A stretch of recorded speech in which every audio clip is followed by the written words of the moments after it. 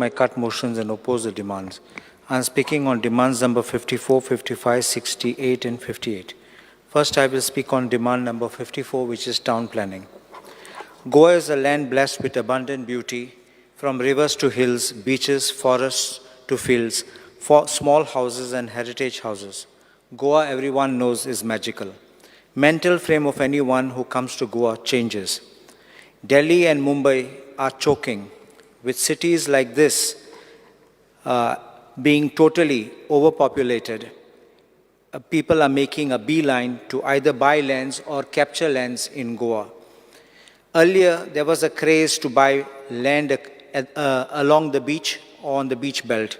Today, the demand is to seek lands in forests, in hill slopes, including no development slopes and other untouched areas. The kind of development invading our beautiful Goa will end up in us Goans suffering a paradise lost. Honorable Speaker, the hills and forests are sacred. Our forefathers left them untouched. Many of these places have religious importance. We should not touch these lands to be changed for a few to enjoy at the cost of destruction of economy and the local ecology and local village. When a street bill came up for discussion in the House, I particularly mentioned my apprehensions and fears because they were speaking about abandoned houses, and I was asking what is the definition of abandoned houses, because this I felt was a big land grab. Situation has deteriorated with certain politicians becoming real estate developers, behaving unethically and misusing their position. Let me make it clear. I'm not against anybody being into real estate, not even politicians. But when they behave unethically and unfairly, that is the time when we need to work out. I'm not into real estate, Honorable Speaker. I'm not a broker, and I'm not a lawyer for the real estate companies. But when certain politicians attempt to spread false rumors to suggest as if I have a hand in such accelerated rate of development, especially in my constituency, I need to nip this in the bud. Our ex-MLA, who is not just into real estate but a broker and agent to pass files of non-Goans, seeks to accuse me of being a broker and trying to settle old scores. And I think that this needs to be attended because this is totally third class. First, he puts a post on his employee's Facebook page claiming that I am trying to do something there. And then when there is no traction, he starts putting out himself WhatsApp messages from his own phone, which I'm just passing it out in several copies, to show that I am in league with the government as if I'm the broker who's setting out to finish the constituency. And I'm placing this on record so that this can be seen, so that I am very clear on it. This is a WhatsApp message, which you can see has gone from his own mobile in a Aldona Booth 24 Karyakarta group. One of the Punch members told me that he was pushing a file for 14 bungalows in survey number 122-1A in Moira. 14 villas were coming there. And in Aldona, when one Kaushik Banerjee had an issue with the Comunidad of Boa Esperanza, and for which Aldona Panchayat issued some notice or an order, who appears in that matter? None other than his son. I'm putting this also on record so that you can see the connection between these. What is more disturbing is, I have no problem if anybody, suppose I buy a plot of land, I will make it in my name and I will make applications for conversion, for construction licenses and all that. But when you try to hide behind a shield and you try to take over properties like this and try to get development by hiding behind a facade, I think that is something which people need to look at very carefully.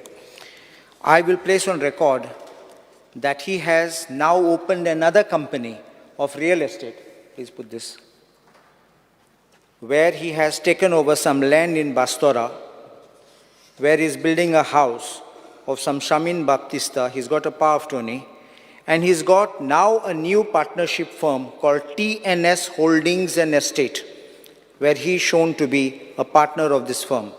But all the licenses and the name of this Baptista, nothing is in his name. So this is what I want to say, that these kind of activities is not just by him, it is also many others are putting up a facade or showing the Goan names in the front and doing the development at the back. In addition, he himself has got his ex-PA who carries out works of all these non-Goan parties who are buying lands and destroying hills, forests, and our sacred places. Honorable Speaker, I have a little concern about certain developments which are being taking place in our constituency. I will give a list to the Honorable Minister for his consideration. I have a list here, and I request the Honorable Minister to kindly look at list at serial number 10.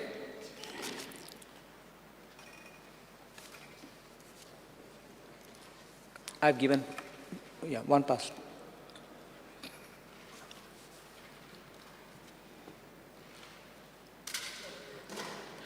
Serial number 10. It shows the name of Aldrin Alberto Araújo y Suarez from Ararim Sucor, Porvorim, Bardes. His property survey number 79/2 at Ukasai, Bardes, which has natural cover with no development slope, and it is shown as a settlement with an area of 47,258 square meters. I want to show this Honorable House and the Honorable Minister the land, because this is the pattern in which the change of zone or correction of zone is sought to be made. Please look at these pictures which I'm showing, because this is densely forested area, and this is having a lot of vegetative trees, forestry species. I'm showing pictures which shows before how it was. This land is exactly above Zagbai temple in Ukasai. And then they clear the forest, and then they apply for the permission. It was natural cover. I've given 2 pages, which is E, alphabet E, before on the top and down after the deforestation. And on the next page, I've indicated that it was natural cover with no development slope, and now it's made settlement. Zone change, area granted 47,258 square meters. I will tell this Honorable House that what is happening is people want to live on the top of the hills in forested areas. They feel that they get serenity, they get peace, they want to live with nature. But I think they are destroying the forests, and they are destroying nature, and they are destroying our villages. And this is the kind of thing, if we allow this to happen, I request the Honorable Minister to kindly look at it. Then there is another one in that same list which I had given, which is alphabet D. Please look at the list which is at serial number 14. Escalate Resorts Private Limited, care of Colin Curry, Donna Paula, North Goa. This is 24/1, plot C. Actually, it is A. I've seen the survey form. It is in my village of Porjuin. It belonged to the Rangel family, not me. And Orchard, which is made settlement, 26,260 square meters. And just one more above that, Anil Kumar Tyagi, that's in Moira, Bardes, but the land is 40/10A Palien, Bardes, Aldona, Orchard, which is made settlement 3850. Now, what I have shown, Honorable Speaker, is the land relating to the Zagbai temple, which is different from this 40/1A. Now, this land which of Mr. Tyagi also belonged to the Tiklo family, and now it is made from orchard to settlement. This is above the Zagbai temple.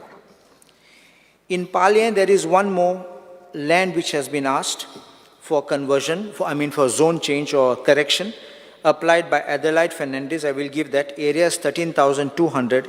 It is no development slope which has been changed into settlement. I have no problem, Honorable Speaker, if genuinely some area was wrongly classified from one to another, and therefore you seek correction. But it's not like this, where I'm showing this to the Honorable House. Please look at this. This one shows clearly it's green, and here there is a deforestation. So you can see that this kind of things which happen, and the no development slopes get cut, and then it becomes a problem. I have written certain letters to the Honorable, I'm giving this one of the Adelaide Fernandez. Can you just pass this? Speaker, sir, honorable member, whatever he has given, all those have been denotified. All those in Pomburpa, whichever list has been given to me, has been denotified. I'll share the list with you. I think I'm very obliged. I'm very grateful. Partly, whatever he has brought to mind, which was settlement, has been reversed. Because many times people give a wrong contour and it becomes very difficult to understand. So I've already done it. I've already notified as per what your letters I have received. I'm obliged. I was going to actually refer to them. I'm very obliged. I won't have to need to speak about it in that Pomburpa area.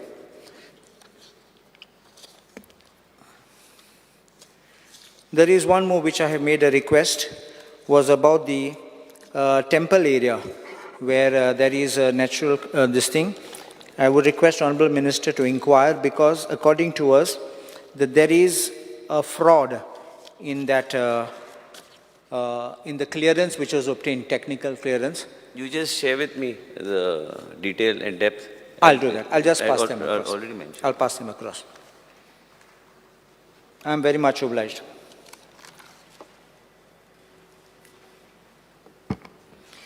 And having said this, I only request the Honorable Minister that, see, what has happened is, intentions may be good, but sometimes people misunderstand. I have known personally of people whose lands got blocked with the RPG 2021. They were earlier settlement and suddenly they were frozen as orchard and no development zones. So you may be right in doing the correction. So therefore, I'm only requesting if we can start the process of having the new RPG, whatever you can call it, whichever horizon period you want, because 2021 horizon is over. And therefore, I don't think that there should be a problem in starting the process. I'm not saying just do it immediately. Honorable Speaker, there is also one more thing which I want to point out to the House. We know what is happening, that about hill cutting. Why I mention about this hill cutting is this. I'm just showing this to the Honorable Minister. Just pass this.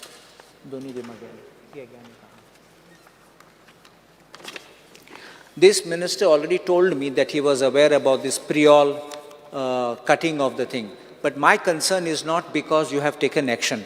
My concern is how could this have gone on, because it's such a distance to which the cutting, hill cutting has taken place. It could not have happened without active connivance of some officers involved. Why I'm standing up, because, Honorable Member, I don't want to intervene, but today we sent the whole team to check. No permissions have been taken by TCP at all. No, I don't dispute that part of it, no permission. And we have filed an FIR also today on... But see, the length of the cutting which has taken could I know, but what happens is that the whole mechanism has to be changed. Right. I mean, we have got the powers up to limited. We can only file a FIR and stop up to that Talati point. could have reported, but Talati has failed. Nobody reported. That's what I'm saying. That's why I'm pointing out. Because if it was something in 1 hour, gone is different. But this could not have happened in few hours. It has happened over days. So that's why I would like Honorable Minister to put some mechanism in place, even make the Talati responsible. Otherwise, you put him, book him as to be this thing in it. But otherwise, he doesn't report. Other things, somebody is building a house and all, they go and report immediately. Honorable Speaker, I will speak now on demand number 55, Municipal Administration. I request the government to stop giving extensions to officers in the municipal corporations or even the city corporation of Panaji. I'm told that one such employee was given an extension in Panjim, and I don't understand what was so specially, but I don't think people should be given unless there is like I can understand very high level officer who's required, but not these kind of people who would be given such time of extension. There is one more thing which I want to point out. This is across the board, everybody has spoken, even Dr. Divya Rane has mentioned about regularization. And I want to tell you one thing, that I want to suggest to you legal framework. It's not that, because what happens is every time the file is processed, the law department and the bureaucracy comes up with all these kind of objections. And this I will point out. It's just not in the forest department, it is in every other place which comes. I will just pass this. Often we have the Uma Devi judgment of the Supreme Court, the Constitution bench being quoted to say that we cannot regularize these illegal appointments and these irregular appointments. But I want to point out, Supreme Court itself, in State of Punjab versus Bahadur Singh, which I'm passing this copy of the judgment, In Civil Appeal number 7347 of 2008, I will just read page 6, because this applies to everybody, it's not just to, please see page 6. They're quoting from Uma Devi judgment. However, it was furthermore opined. Do you get that? Yeah. On page 6. One aspect needs to be clarified. There may be cases where irregular appointments, not illegal appointments, as explained in so-and-so, and referred to in paragraph 15 above, of the duly qualified persons in duly sanctioned vacant posts might have been made, and the employees have continued to work for 10 years or more, but without the intervention of orders of courts or of tribunals. The question of regularization of the service such employees may have to be considered on merits in the light of the principle settled by this court in the cases above referred to and in the light of this judgment. In that context, Union of India, the state governments and their instrumentals should take steps to regularize as a one-time measure the services of such irregularly appointed who have worked for 10 years or more in duly sanctioned posts, but not under cover of court orders of court or of tribunals, and should further ensure that regular recruitments are undertaken to fill those vacant sanctioned posts that require to be filled up. And in case where temporary employees or daily wagers are now being employed, this process must be set in motion within 6 months. Why I'm showing this? Because it's Uma Devi does not bar it. Just as a one-time measure you can take, you can consider, because this will give relief to a lot of people who otherwise will be thrown on the road. Then, after this, the Ministry of Personnel and Pensions, they brought out 2 circulars. I will just give them one behind the other, so I don't have to keep reading them, where they have considered the similar situation and another Supreme Court judgment. I won't read it because I don't want to repeat. But just to tell you that it can be done, even the Government of India has issued the directions for the purpose of regularizing. And in our Mapsa municipality, there are a lot of staff who are even there for 16 years. I know a lady who's there, who's waiting there in hope that she will be regularized, and she has got a family. So others also have families. And I think even that plea of Dr. Divya Rani was justified. And I request that please take this positively. If you push it, I think even the law department will concur with this opinion when there are Supreme Court judgments. There's one more thing I have got to point out, that there is no full-time chief officer at the Mapsa Municipal Council. Mapsa municipality is a Class A municipality, and no full-time chief officer hampers the work. I have no grievance about the chief officer, so you may keep him or you may send somebody else, but I would use a phrase, when master is away, the mice are at play. So therefore, nothing works and nothing will happen when we have these people. There's also a complaint which is very minor, but I would request the Honorable Minister to kindly make sure that the staff is at work at the municipality and that they're not doing jobs at the houses of councillors. Removal of encroachments has always been a hot issue. I understand sometimes it can affect some people who are in the political field, but when there are encroachments on the footpath which obstruct traffic, obstruct pedestrian movement, because of them people have to come on the road, I think those have to be removed. The debris is not being removed because no timely desilting is taking place. You would have seen recently there was flooding in Bisholi which took place. That flooding might have been also, they say there's water from the dam which might have been released. I don't know whatever the reason, but in the main market near the Shantadurga school and all, we saw flooding which was going on. So I think that certain directions for a timetable can be given. I know this time there was election, there was a problem, but if there's a timetable and if it's set in advance, code of conduct will not apply. Waste handling in Mapsa municipality also requires a proper look, because we have 2 wards in Mapsa municipality which come in Aldona constituency, and I think those 2 wards are being treated like orphans, and no proper waste collection is being done. So I request the government to kindly issue directions. I would also request that a common cadre, if possible, be made for municipal staff so there's no stagnation and there's no corruption which can take place. As far as forest demands are concerned, number 68, only one thing I want to point out about this is tree cutting. When a person is applying for tree cutting permissions, there is no there is no uniformity in that kind of a reply. People go before the deputy collector and the words under the Tree Act are dangerously leaning or in ruinous condition. But if the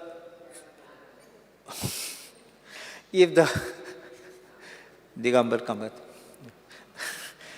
if the report of the forest officer is vague, it becomes a difficulty. I will just show you this. And I was informed by the forest department, now we are not giving. I don't think it should be correct to say now we are not giving. I'll just show you how this is.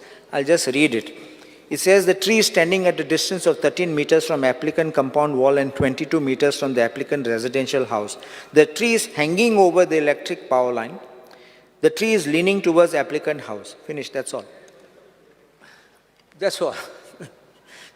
So, it becomes very difficult for the deputy collector to understand, is it dangerously leaning or it's not dangerously leaning? I understand ruinous. I remember a case from Neora, or somebody had come to me. The tree actually had holes. And at that time, Mr. Parrikar was the Chief Minister of Goa. He directed, cut the tree. I challenged it. Everybody died. The owner of that house, Mr. Parrikar, everybody died. That tree is still standing till today. But it had holes. So, why I'm pointing out is sometimes it may not be. Just give me a little more time, I'll finish it. There is one more thing which I want to mention. The Forest Development Corporation, headed by Dr. Divya Rane, had done a wonderful cashew festival. And I must credit her for all the task and the force which she had put in, the effort. I attended that festival. It was a very beautiful festival. It brought out the local flavor of cashew, right from the uses of cashew to what it could be put to, and including the different kinds of spirits which could be made out of it, and how it could be used in the international market and in the local domestic markets. And I think that was something very good. I would request that if something can be replicated on these lines at our levels, at the village level, so that it can promote our local people who do these things and also showcase things which they can think of to promote the ideas. Another thing which I want is about afforestation. Honorable Speaker, you know that we have had forest fires or sometimes man-made fires which are causing destruction of the forest. I think the government should immediately implement a plan to restore these deforested lands, because sometimes there's a design which is there to make sure that the forest cover is disappearing, and then immediately after 2 years they apply for permission for development by saying no forest and therefore it should be settlement. There's one more thing which I want to request the Honorable Minister. There was a charge which my colleague Vijay Sardesai has spoken about, deforestation of Zuari land, and the claim was it was illegally removed from forest cover. I request the Honorable Minister, if it's possible, that a judicial inquiry should be initiated to ascertain this and to make recommendations in this behalf. I also have a proposal for modernization of the Forest Department, and you know that the 15th Finance Commission has a special fund of 500 crores for climate change mitigation to be utilized till 2026. I will not give very fanciful things, but at least fire towers, lookout towers can be put in sanctuaries, wildlife sanctuaries, which would cost about 2.5 crores each, and a total of 12.5 crores can be put aside for it. Night vision goggles for forest guards, if you don't yet have it, those could be, which I think cost about, I was just checking on the net, about 2 lakhs per goggle. About 2 crores you may require to spend on that. Firefighting drones, I won't say which name, but there are firefighting drones which have got thermal lenses, cameras, and I would request if you can buy that, because I think you can even buy one and just keep it, then you can use it in different places, because we won't have these fires everywhere unless they start increasing. And there is one small concern I have got. It may be small, but for someone else big. Honorable Speaker, the Honorable Minister may be aware that there was one person who attempted to commit suicide in the Forest Department, and he was in the hospital. I would request to kindly look into that. What have been the problems which these people at the lower level are facing? You may not be aware at this top level. but to ascertain the kind, sometimes the pressures which are being put on them by certain officials or officers, and therefore you should look into it. And my last demand is number 58, only 2 points I want to speak about. Anganwadis, I would request that the condition of Anganwadis, you may request your director to kindly go and inspect it so the children are safe, because sometimes the buildings which house these Anganwadis are not in good conditions. Now you know that Anganwadi teachers are also being brought under the national education policy. So they are also being brought in the foundational stage. I would request that these Anganwadi teachers be given the proper training required in the NEP, so that, and keep them as far as possible with all the training you give them, so they can have a permanent kind of a security in their job. And finally, the nutritious food which is being given to these children. Women earlier, which was mentioned by, I think, Delilah, that earlier it was being given, actual food was given and now in plastic packets. I request that also to be attended. I am obliged. Honourable Member G. Tharulkar. Speaker sir, आयज हे डिमांडाचेर उलोवपाक हांव उबो रावलेलो आहा. Demand number 54 TCP. चड काय उलोवचो ना आनी डिमांडाचेर TCPचेरूच उलयतलो. स्पीकर सर, आयज सकाळीच आमच्या ऑनरेबल स्पीकरान वायनाडाचेर त्यांनी कन्सर्न दाखोवन आर्थीक मदत आनी इतर गोष्टी मदत तेंच्यांनी सांगलेली आहा. तशेंच ऑनरेबल CMनूय आपले टीम कामाक लायलेली आहा.